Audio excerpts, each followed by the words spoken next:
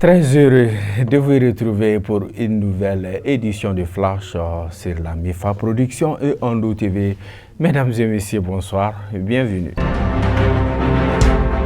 Le gouvernement du Mali demande le retrait sans délai de la MINUSMA.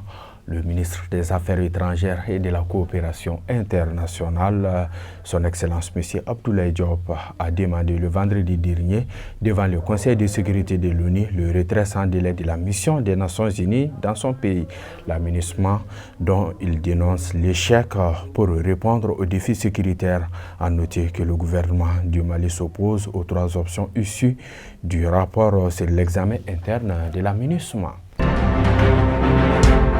Son Excellence, le colonel Assimi Goïta, président de la transition, chef de l'État, a procédé le mardi passé au lancement des travaux de bitumage de la route Banankoro-Dioro, couplé à celui du plan national de réponse à l'insécurité alimentaire et à la relance de la Comatex. Cette visite de quelques heures du président de la transition à Ségou s'est effectuée en vue d'apporter une fois de plus le sourire aux populations.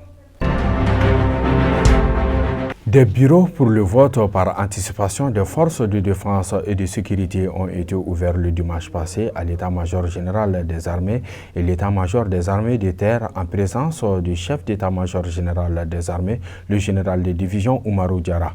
L'objectif de ce vote par anticipation était de permettre aux éléments de forces armées et de sécurité d'accomplir leurs devoirs citoyens afin de mieux sécuriser les populations aux urnes du 18 juin prochain.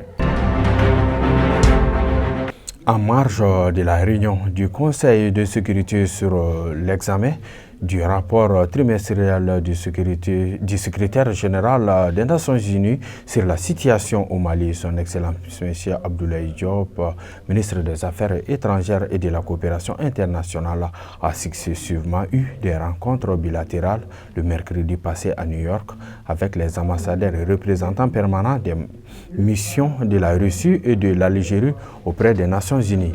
Les échanges ont essentiellement porté sur les perspectives de renforcement de la coopération bilatérale ainsi que des questions multilatérales d'intérêt commun. Nioro du Sahel, un mort, 4 blessés graves et un véhicule endommagé est le bilan d'une collision entre un camion remorque et un minibus. L'incident est survenu le lundi dernier sur le pont de Fassou Débé à une vingtaine de kilomètres de Nioro du Sahel. Selon des témoignages, une crevaison d'un pneu du camion remorque serait à l'origine du drame. Le chauffeur est décédé sur place, ajoute les mêmes sources. Les blessés ont été transportés au sous-ref de Nioro.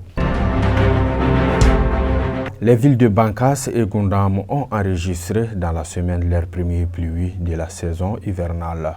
Selon le chef du secteur agricole de Bankas, la localité a accueilli plus de 35 mm de pluie, une situation qui réjouit les agriculteurs de la zone. Par contre, à Goundam, c'est environ 85 mm de pluie accompagnés de vents violents qui se sont abattus sur la ville, mais aucun dégât majeur n'a été constaté selon les sources locales. Un réseau de faux douaniers a été découvert à Yamfolila, dans la région de Boukouni, depuis quelques jours. Selon le chef de bureau de la douane, ces individus fournissent des faux documents de dédouanement et de déclaration de moto et de détecteurs d'or. La douane n'a pas pu mettre la main sur eux, explique la même source. Ils sont en fuite, mais les responsables de la douane rassurent que des recherches ont été engagées par la gendarmerie et la police de Yamfoula pour retrouver les auteurs. Hors du Mali, au Soudan, des avions militaires ont bombardé le mercredi passé une ville du sud du Soudan pour la première fois depuis le début, il y a 2 mois, des hostilités entre l'armée et les forces paramilitaires. Le pays se trouve plongé dans une grave crise humanitaire.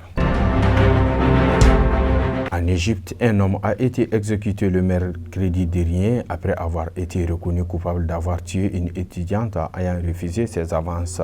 Un meurtre qui avait suscité l'indignation en Égypte, ont annoncé les autorités. président du Nigeria, Bola Tinubu, a suspendu le responsable de la lutte anticorruption dans le pays visé par une enquête pour abus de pouvoir, a annoncé le gouvernement. Un mot de sport avant de refermer ce flash. Championnat national du Mali, match en retard de 23e journée. Le LCBA est tombé devant le Stade malien de Bamako par le score de 2-1. Les 11 créateurs se sont imposés devant le Djulba AC par le score de 2-1. Fin donc de ce flash qui vous a été préparé et présenté par Cheikh Boukadari Makasouba. On se donne rendez-vous la semaine prochaine s'il plaît à Dieu. Qu'Allah bénisse le Mali. Merci.